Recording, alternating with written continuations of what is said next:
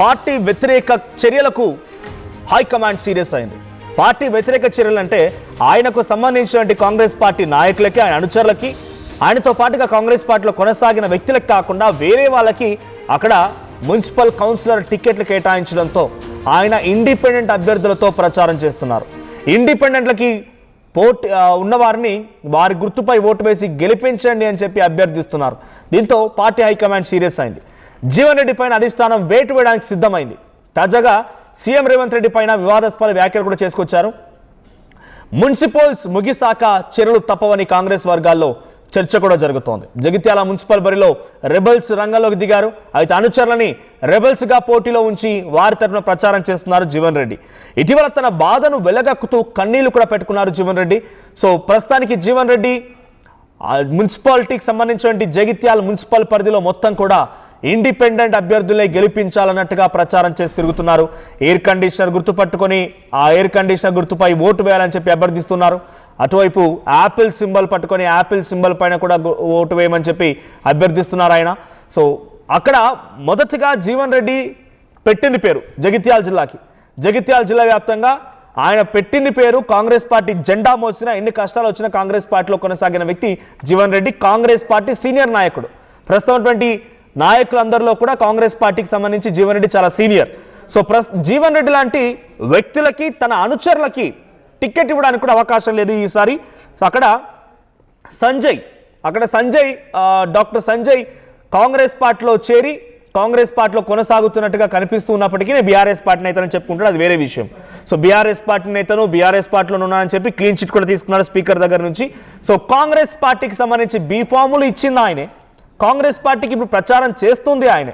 Senior కాంగ్రెస్లంతానేమో ఇప్పుడు సంజయ్ రాకతో నెగిటివ్గా మారిపోయారు. ఇండిపెండెంట్ అభ్యర్థులుగా బరిలో దిగి జీవన్ రెడ్డి లాంటి వ్యక్తులు ప్రచారం చేస్తూ ఉంటే, కాంగ్రెస్ కాదు అని చెప్పుకున్న వ్యక్తి మాత్రం కాంగ్రెస్ బీఫాములు ఇస్తాడు, కాంగ్రెస్ పార్టీకి ఓటు వేయమని అభ్యర్థిస్తాడు కూడా.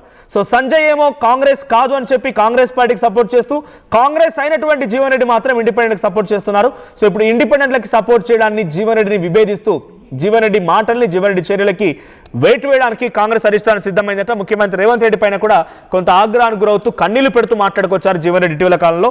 దీంతో కాంగ్రెస్ అధిష్టానం ఆయనపై వేటు వేయడానికి సిద్ధమైపోయింది. మొన్న మధ్య కొంతమంది కాంగ్రెస్ పార్టీ నాయకులు కూడా జగిత్యాల జిల్లాలో మీటింగులు నిర్వహించి కూడా జీవన్ రెడ్డిని ఒక రకంగా ఏకిపారేశారు. జీవన్ రెడ్డి, నీ పద్ధతి మార్చుకో, అన్ని రకాల ఆలోచించే దూరదృష్టితోనే పార్టీ నిర్ణయం తీసుకుంటుంది, పార్టీ కన్నతల్లి లాంటిది, పార్టీకి వ్యతిరేకంగా వెళ్ళడం కాదు అంటూ కూడా ఆయనకు హితవు పలికే పని కూడా చేశారు.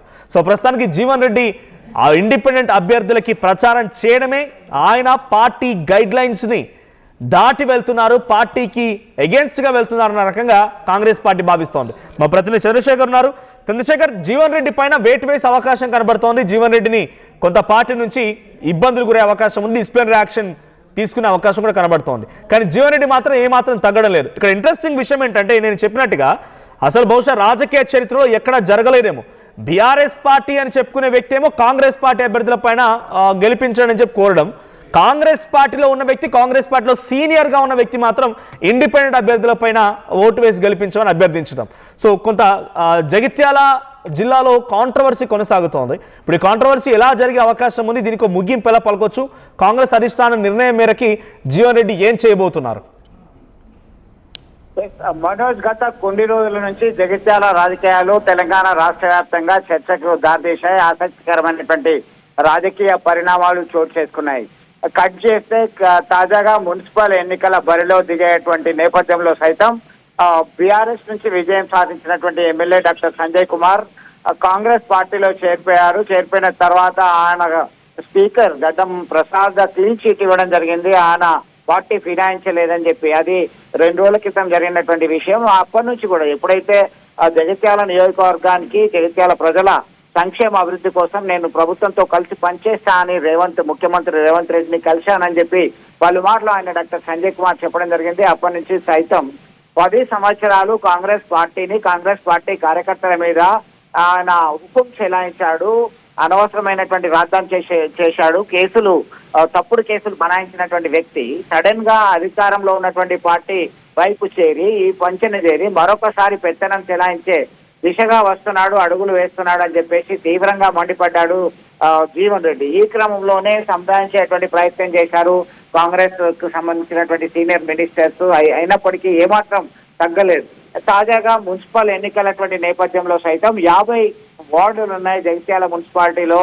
అలాగే రాయకల్ మున్సిపాలిటీ ఉంది జగిత్యాల అసెంబ్లీ నియోజకవర్గంలో. దీనిలో కాంగ్రెస్ పార్టీకి సంబంధించి అసలు సిసలైనటువంటి కాంగ్రెస్ పార్టీ జెండా మోసి 40 ఏళ్ల నుంచి కాంగ్రెస్ పార్టీతోని ప్రజలతోని మమేకమైనటువంటి వ్యక్తిని, మా కార్యకర్తల బాగోగులు మంచి చెడ్డలు చూసుకోవడానికి నేను సిద్ధంగా ఉన్నాను, ఎంతటి పరిస్థితి అయినా నేను ఎదుర్కోవడానికి సిద్ధంగా ఉన్నా అని చెప్పి ఛాలెంజ్ వేసినట్టుగా చెప్పుకోవచ్చు. ఈ క్రమంలోనే తాజాగా జగిత్యాల మున్సిపాలిటీకి సంబంధించి ఒకవైపు మీడియా సమావేశంలో ఆయన తనదైన స్టైల్లో చెప్పడం జరిగింది, నేను బీఆర్ఎస్ ఎమ్మెల్యేనే, కానీ అభివృద్ధి సంక్షేమం కొరకు కాంగ్రెస్ పార్టీ ప్రభుత్వంతోనే కలిసి నిధులు తీసుకొస్తున్నా అని చెప్పినటువంటి డాక్టర్ సంజయ్ కుమార్ చేతి గుర్తుకు ఓటేయండి, కాంగ్రెస్ పార్టీ అభ్యర్థులను గెలిపించండి అన్నారు. అంతకుముందు జరిగినటువంటి పరిణామాలను ఒక్కసారి చూస్తే 30 స్థానాల్లో డాక్టర్ సంజయ్ బలపరిచినటువంటి అభ్యర్థులకి, ఆయన సూచించినటువంటి అభ్యర్థులకి టికెట్ ఇస్తాం, బీఫామ్ ఇస్తాం, ఆయన ఇస్తాడు. మీరు ఒక 20 స్థానాల్లో ఇవ్వండి అంటే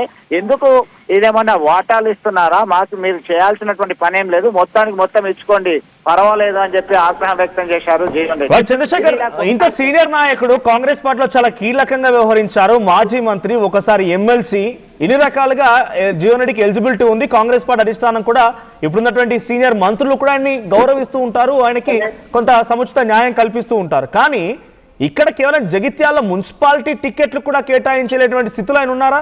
సో మొత్తంగా కావాలని కోరుకుంటున్నారా ఆయన, లేకపోతే ఆయన ఇచ్చిన టికెట్లని నిరాకరించారని చెప్పి అభ్యర్థి ఇండిపెండెంట్గా మారిపోయారా?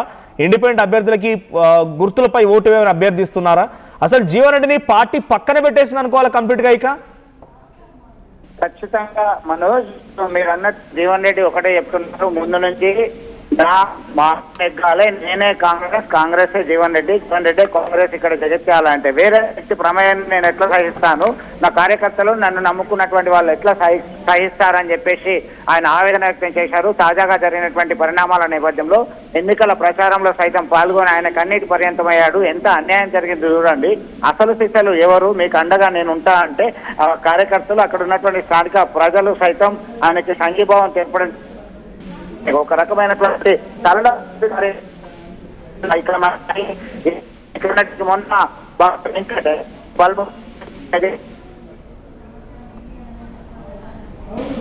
Right, thank you Chandrashekar. So మొత్తంగా జీవన్ రెడ్డి ఆయన నేనంటే కాంగ్రెస్ అంటే నేను అంతలా కాంగ్రెస్ కోసం కృషి చేశాను, కానీ ఇప్పుడు నా పరిస్థితి ఇలా అయిపోయిందంటూ కన్నీళ్లు కూడా పెట్టుకొచ్చారు. ఇక్కడ మీరు కింద విజువల్లో చూస్తున్నారు కదా, పిక్చర్ ఒకసారి ఫుల్గా ప్లే చేయండి. దాంట్లో కొందరు మహిళలు అక్కడికి వచ్చి మాట్లాడుతున్న సమయంలో నేనేం చేయాలవా, నాకు ఇట్లా చేసి నా పరిస్థితులు అయిపోయింది, నేను ఇంకేం చేయాలి చెప్పి మీకు దండం పెడుతున్నా, నాకు ఈ అభ్యర్థులకు పోటీ చేసి గెలిపించండి అని చెప్తే ఆయన కన్నీళ్లు పెడుతున్నారు. ఎదురుగా వచ్చిన మహిళలు కూడా కన్నీళ్లు పెడుతూ వాళ్ళు రోధిస్తూ ఉన్నారు. ఒకసారి ప్లే చేయండి పీసీఆర్.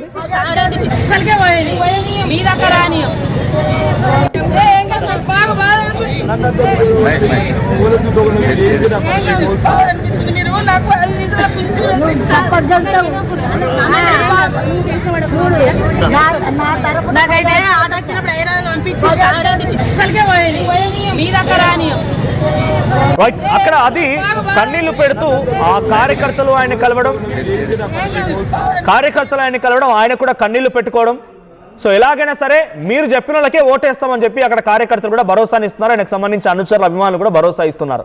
సో కాంగ్రెస్ పార్టీ ఒక రకంగా జీవన్ రెడ్డిని పక్కన పెట్టేస్తానని చెప్పాలి. జీవన్ రెడ్డి కూడా కాంగ్రెస్ పార్టీ నన్ను పక్కన పెట్టేసిన విషయం అర్థమైపోయి ఆయన ఇండిపెండెంట్లకు సంబంధించి కొన్ని సపోర్ట్ ఇస్తూ తిరుగుతూ ఉన్నారు. ఎన్నికలు అయిన తర్వాత ఆయన పైన చర్యలు తీసుకునే అవకాశం ఉన్నట్టుగా తెలుస్తోంది కాంగ్రెస్ అధిష్టానం కూడా. సో ప్రెసెంట్ జీవన్ రెడ్డి చర్యలపైన కొంత వెయిట్ వేసే అవకాశం కనబడుతోంది. సో జీవన్ రెడ్డి, సంజయ్ అసలు కాంగ్రెస్ ఎవరు, జగిత్యాల అసలు కాంగ్రెస్ ఎవరు, కాంగ్రెస్ పార్టీ అంటే ఎవరు, జీవన్ రెడ్డియా సంజయ్య? మీ అభిప్రాయం ఏంటో కామెంట్ చేయండి. ఒకసారి మళ్ళీ జీవన్ రెడ్డి కన్నీళ్లు పెడుతూ మాట్లాడిన మాటలు కూడా ఉన్నాయి, అని ఏం మాట్లాడారో చూద్దాం. ఇప్పుడు ఒక్కటే తల్లి జీవన్ రెడ్డి మెడగొయ్యాలని ముందు భుజాలు దగ్గొట్టాలి కాదు తల్లి. ఇలా మెడ నా గొంతు కొయ్యాలంటే ఏం చేయాలి, నా భుజాలను దగ్గొట్టాలి. నా భుజాలు ఎవరు, మహేష్, రాజశేఖర్, పులిరామ టోటోళ్ళు అని చెప్పి అంటున్నా. ఈ టోటోలు 30 మంది ఉన్నారు, ఈరోజు 30 మంది ఉన్నారు తల్లి అంటున్నా. నా కాలు చేతులు నరికి మంత్రం మీద వండ పెడతాది, న్యాయమేనామా?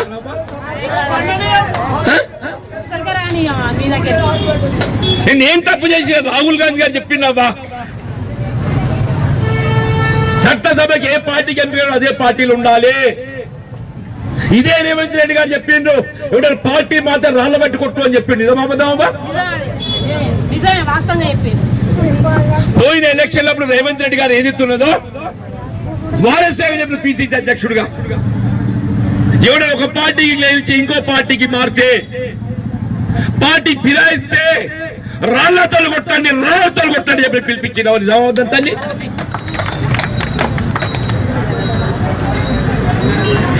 ఓటు అనే ఆయుధంతో కొడదామంటున్నా. మనం ఓటుతోటి కొడదాం. రేవంత్ రెడ్డి గారు రాళ్లతో కొట్టు అన్నాడు.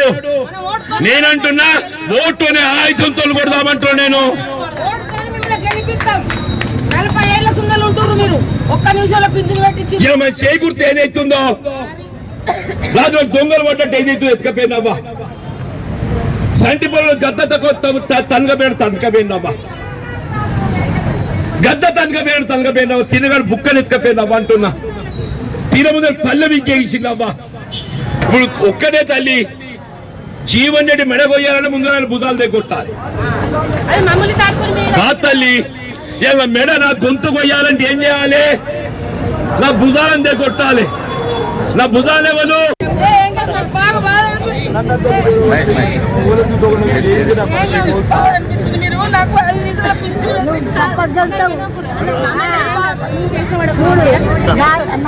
అసలైన తొలి వెలుగు. ఫాలో వాట్సాప్ @తొలి వెలుగు official.